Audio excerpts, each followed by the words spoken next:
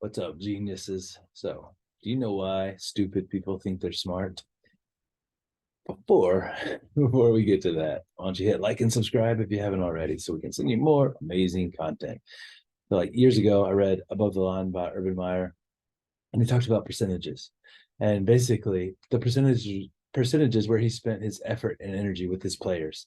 And what he talked about was the top 10%. Those are the elite performers. He's like, man, you know what? I don't spend much time with them because they're going to perform either way. If they need help or a little bit of feedback or tweaking, I'll add that to what they're doing already.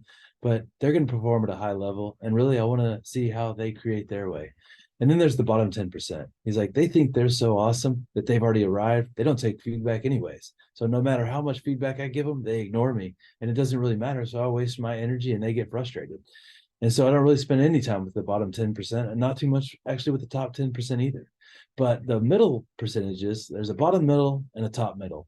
That bottom middle percentage, I can sometimes move to the top middle where I'm getting better results, not quite elite, but still pretty good.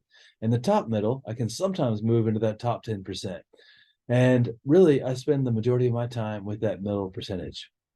And when it comes to stupid people thinking they're smart, that would be the bottom 10%. And there's a beautiful study called the Dunning-Kruger study. And Dunning and Kruger are two fellows who did an experiment. And basically, what they came up with was at the end of the day, people who are very low in ability tend to rate themselves very high in ability. Therefore, they think they already have everything they need to be everything they ever want to be. And therefore, they don't ever get better. And this is also what's known as a fixed mindset. And because they have a fixed mindset, they're static in their growth. And if they grow at all, it's very little. And so they're pretty much the person, they are now, the person is who they're going to be in 5 years. And the person they are now is who they were 5 years ago. And so that's obviously not what we want. We want a growth mindset. And so the Dunning-Kruger effect again, it tells you people low in ability generally rate themselves very high in ability, so they don't accept feedback because they don't think they need it. This is cognitive bias at its best. These are blind spots that get created by this Dunning-Kruger effect. And what it looks like is stagnation. It's like an overconfidence, and it prevents people from seeking feedback or really looking for any way to get better because they think they're already awesome. And how could they possibly get awesomer? And this generates a lot of missed opportunities because they don't recognize their own limitations. And this generates missed opportunities for growth, learning, advancement, etc. And it also facilitates very poor decision making because of the overestimation of their abilities. This results in poor decision making and both business and personal life. And really, the Dunning-Kruger effect generates a really ineffective leadership style because leaders who suffer from the Dunning-Kruger effect struggle to inspire and guide their teams effectively because they think they have all the answers, and nobody has all the answers. And so what does better look like? Better looks like learning to get feedback, seek feedback from people, whether it's mentors, your colleagues, or experts in your field. You need to get a more accurate understanding of where you are and where you can grow.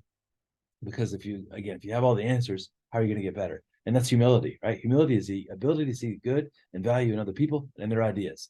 Another way to overcome the Dunning-Kruger effect and the blind spots generated from are to embrace lifelong learning, which is a growth mindset, continually seeking opportunities to learn, skill development, self-improvement. How can I maximize my strengths? How can I get better? Doesn't mean you're not good already, but how can I get better? Practice self-reflection. Reflection is so important, but so few people actually do it. Reflection is actually where we get experience from our experiences. So, simple way to practice reflection with regards to what I'm doing. What do I need to stop doing? What do I need to start doing? What do I need to keep doing and do better? This is how you improve. This is how you exponentially grow.